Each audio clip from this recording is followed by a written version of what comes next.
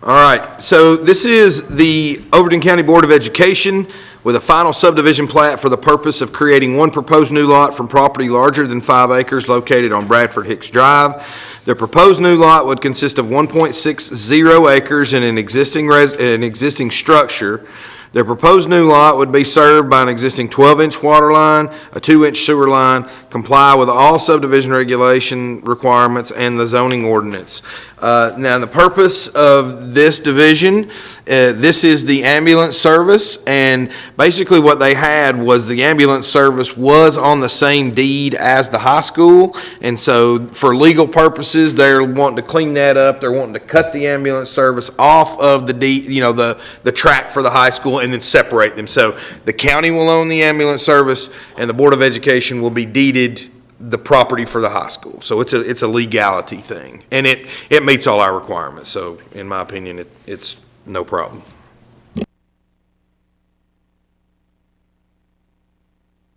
In discussion from anyone? If not, we've heard from Tommy Lee that everything meets the requirements that it needs to. I need a motion that we approve it. I so move. Second. Did you get it, Tommy? Okay. All for, let me know in saying aye. Aye. Those opposed, that like sign. There is none. Thank you.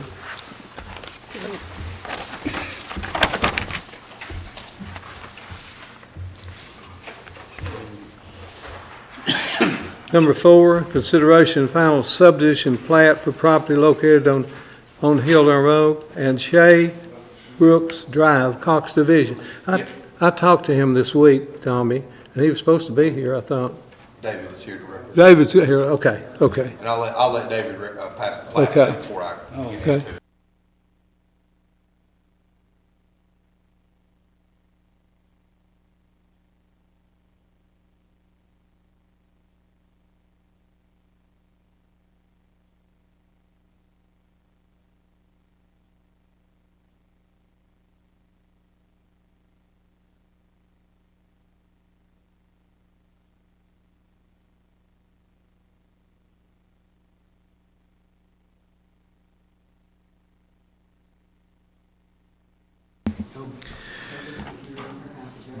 This is the Robert Cox Division, 3.65 acres into 6 proposed new lots for property located on Rickman Road and Shea Brook Drive. The proposed new lots would vary in size from 0.37 acres to 0.84 acres, and all of the proposed new lots are currently vacant. The proposed new lots would be served by an existing 12-inch water line, a proposed city street named Shea Brook Drive, a proposed new fire hydrant, and would comply with all subdivision regulations and would comply with the zoning ordinance. And so what we have here is we have the final plat for phase 2 of the Robert Cox development, Shea Brook subdivision. We saw it in preliminary form in September of 2020. And so basically the street and the water lines were not in place when the preliminary came forward. We met with Jerry Dale Kennedy and Wayne Peak this morning to confirm that indeed the water lines have been installed and the street has been built to city specifications. And as you can see on the plats, they are signed by both Mr. Peak and Mr. Kennedy, thus meaning that all the infrastructure has been installed to their satisfaction. There is a proposed fire hydrant there at the intersection of Rickman Road and Shea Brook Drive that will be installed by the city by the end of the week. So, or I believe that's what. Is Rickman Road a state highway? It is a county road / city street. Now. Now. And I noticed some of these houses are really close to the street. This is phase 1. That's phase 1. These 2 houses here are phase 1. Are they the one houses that are already built? Here. Right here. And he's got 2 started on the next 2 lots up. He's got foundation, they're not done. But His houses are not the one on the. they're on phase 1, but they met the setbacks for the phase 1 part of the. Well, I mean, they make setbacks. I mean,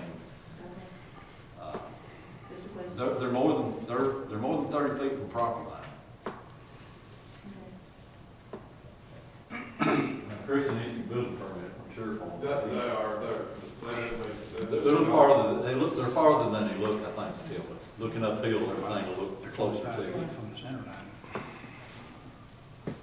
What's that question?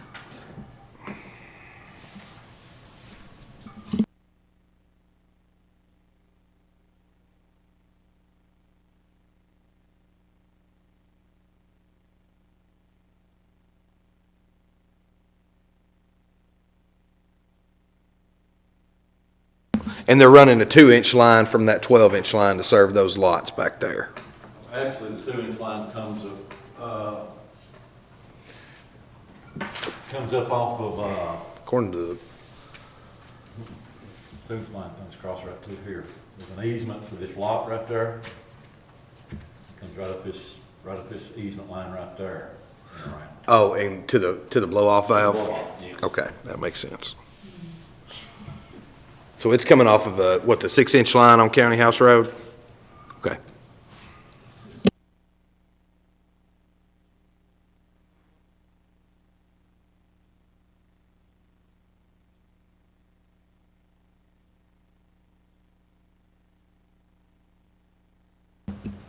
Any discussion?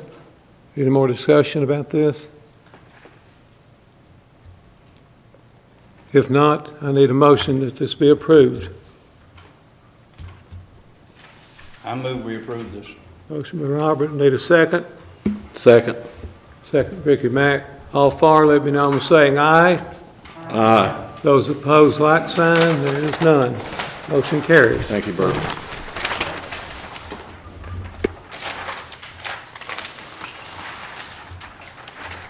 Thank you, David. Thank you.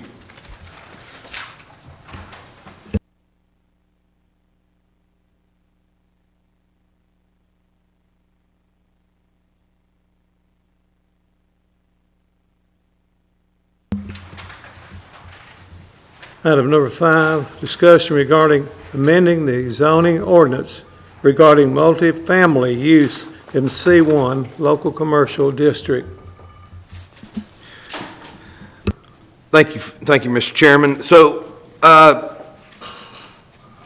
way that let me just tell you what we're talking about here. So, Christian called me the other day and was inquiring as to where multifamily could go in the C1 use and how it was permitted. And when we got to looking at the zoning ordinance, multifamily housing is both a permitted use and a use permitted upon appeal in a C1 district, which is, you're not supposed to have that. It's not supposed to be both. It's supposed to be one or the other. I've talked with Phyllis, I've talked with a couple other people, and we don't know how this happened. It could have been just a typo when it was getting typed up, because this is original text from the original zoning ordinance. And so we need to decide which one it's going to be. Is it going to be a permitted use, or is it going to be a use permitted upon appeal? So that will be, it's going to be section 11-208-27.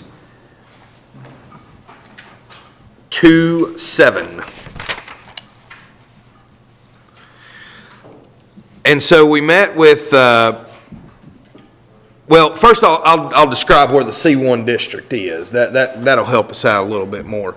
So the C1 district is essentially along Bradford Hicks Drive, a little bit going north on Highway 52 towards Salina, and then it goes out on Highway 52 toward Jamestown, and then a little bit on Highway 111 going toward Birchtown. So it's not Main Street, it's not the Central Business District, it's not Church Street. It is basically the bypass and a couple of the major highways that are going out of town.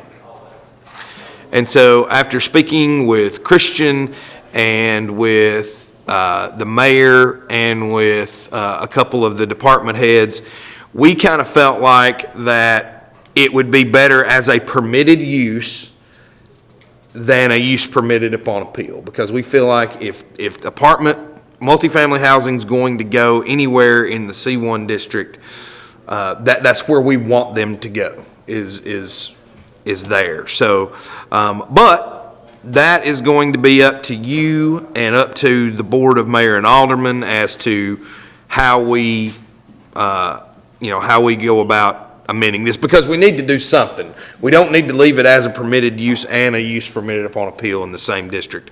And so, Christian, if you have any thoughts on this, certainly love to hear them.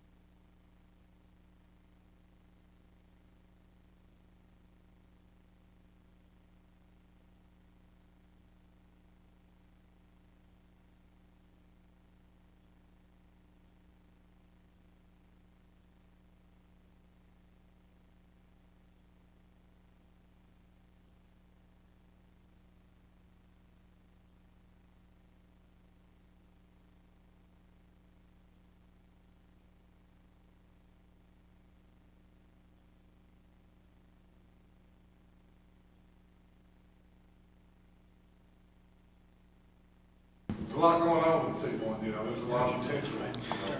It's called the local commercial district because, in my opinion, the intent of a C1 district is for smaller scale commercial operations. You're not going to put a shopping center, so to speak, in a C1 district typically, or something that on that large of a scale. I believe where the Food Line Shopping Center is zone C3 over there. So, I mean, it's a different district. And so, you kind of want your local commercial stuff around your denser areas, or your denser residential uses, so they can get some of that foot traffic and some of that even highway traffic. So that's kind of why we thought about making it just a permitted use in the C1 district. We didn't see any areas where we thought there would be a potential clash of uses in the C1 district with other uses there. But again, this is the decision of the Planning Commission and the Board of Mayor and Aldermen. So if we just,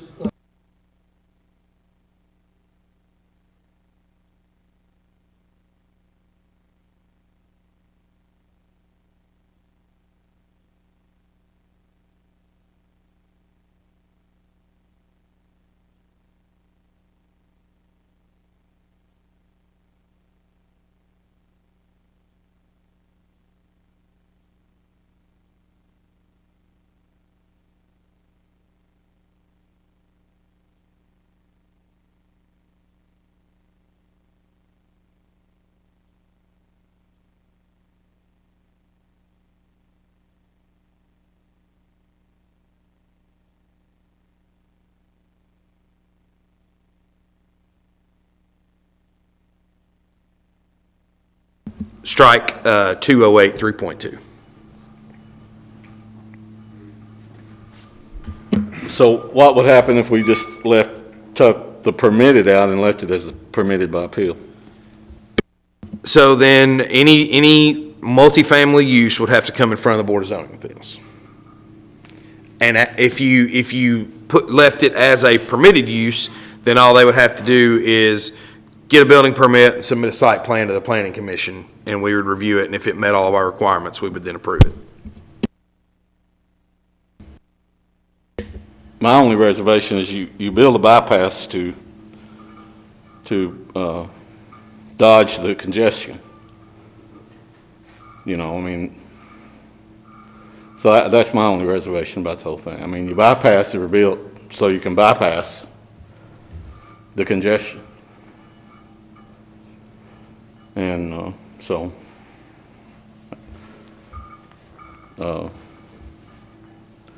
I just think, you know, you could open a big can of worms and get a bunch of apartments and more red lights. And that's a good thing on one hand, but your bypass was built, and I guess this is the state coming out in me, but your bypass is built to bypass the congestion. So what, I mean, well, using that state background then, Ricky, what would your recommendation be to, Well, I'd like to see it go on appeal, and that way you can, and then you can judge each case as it comes along. I agree with that.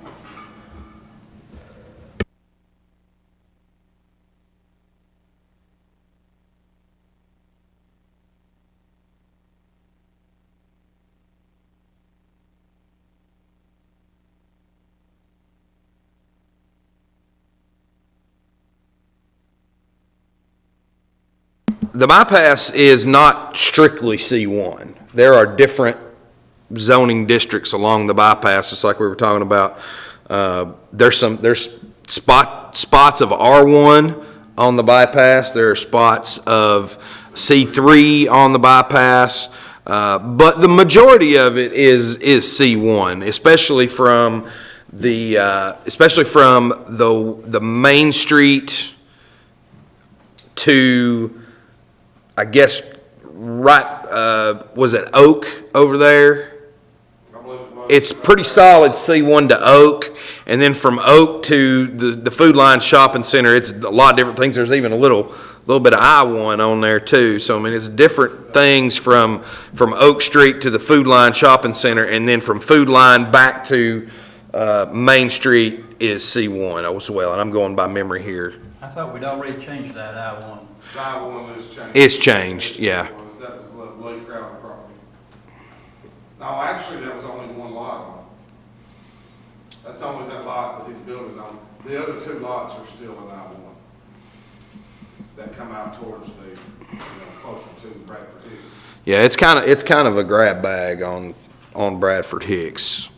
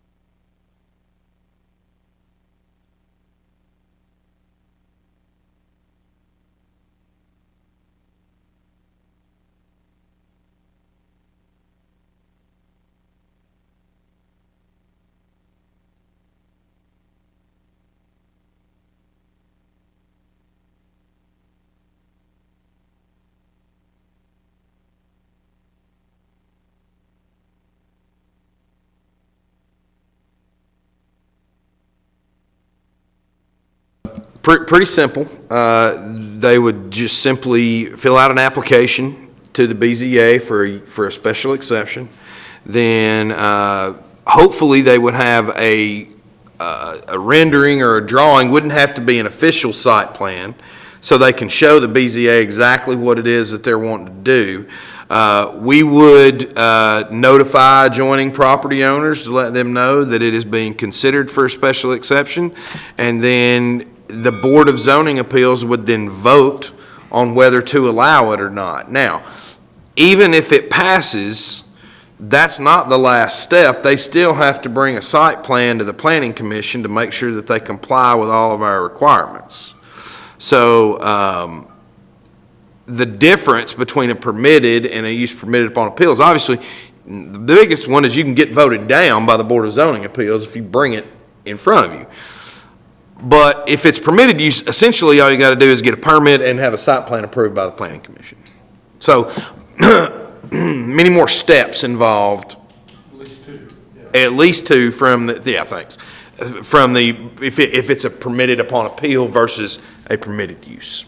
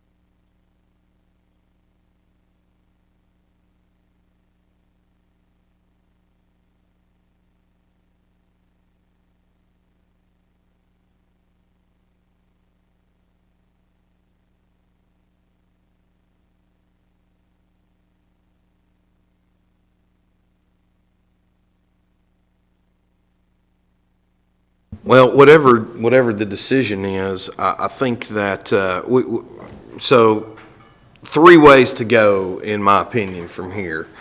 First is we can table it, we can think about it, and come back whenever we have our next meeting.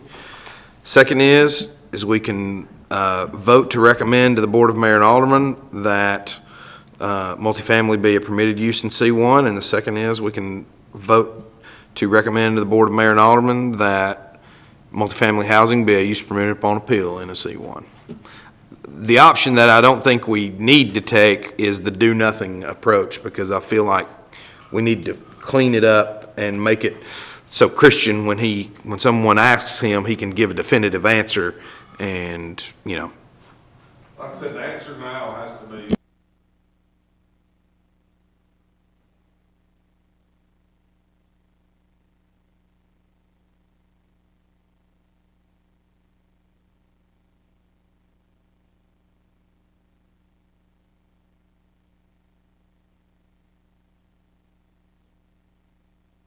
It is confusing to me, so. Yeah, and I can, you know, it's hidden kind of in the use permitted. It's kind of at the tail end of a section, whereas the use permitted upon appeal, it's very plain right there where you can read it, so I can see how that would happen.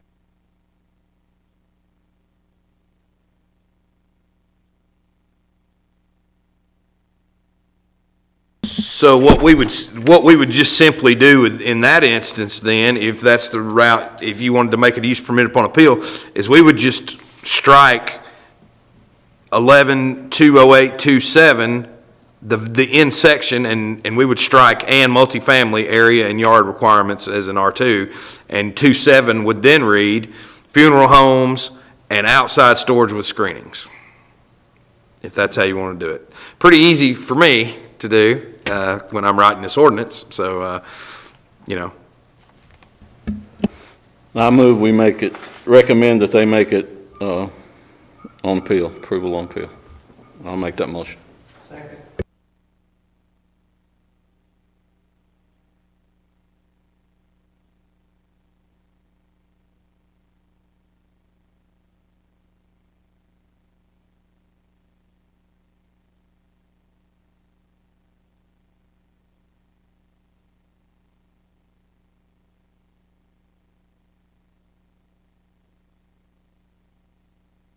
So what we'll do next then is I will type up an ordinance to amend the zoning ordinance to amend section 11-208 27, which will now read funeral home and outside storage with screening.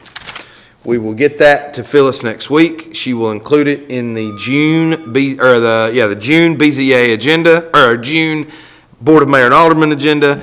And if it passes on first reading, then at the July Board of Mayor and Alderman meeting, we will have a public hearing and second reading. If it passes then, I think it's 15 days, then it becomes official. So we're looking at potentially July the 19th, or July the 20th. I believe the 5th is the Monday. So about July. Meeting on the 6th, so it'd be the 21st. Okay. So when this passes, you'll give us the correct wording to change our. Yes. Now, is that gonna change dealing with? No. As of right now. No. Part of the process. Correct.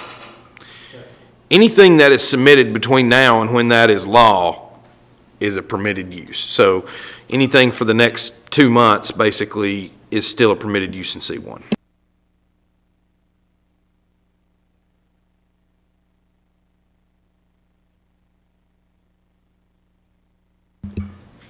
All right, item number 6, need a motion, we adjourn.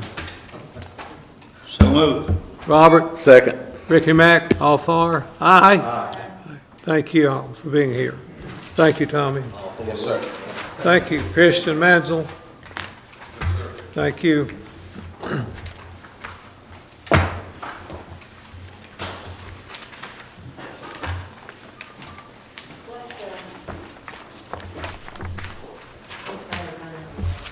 It's for WIT.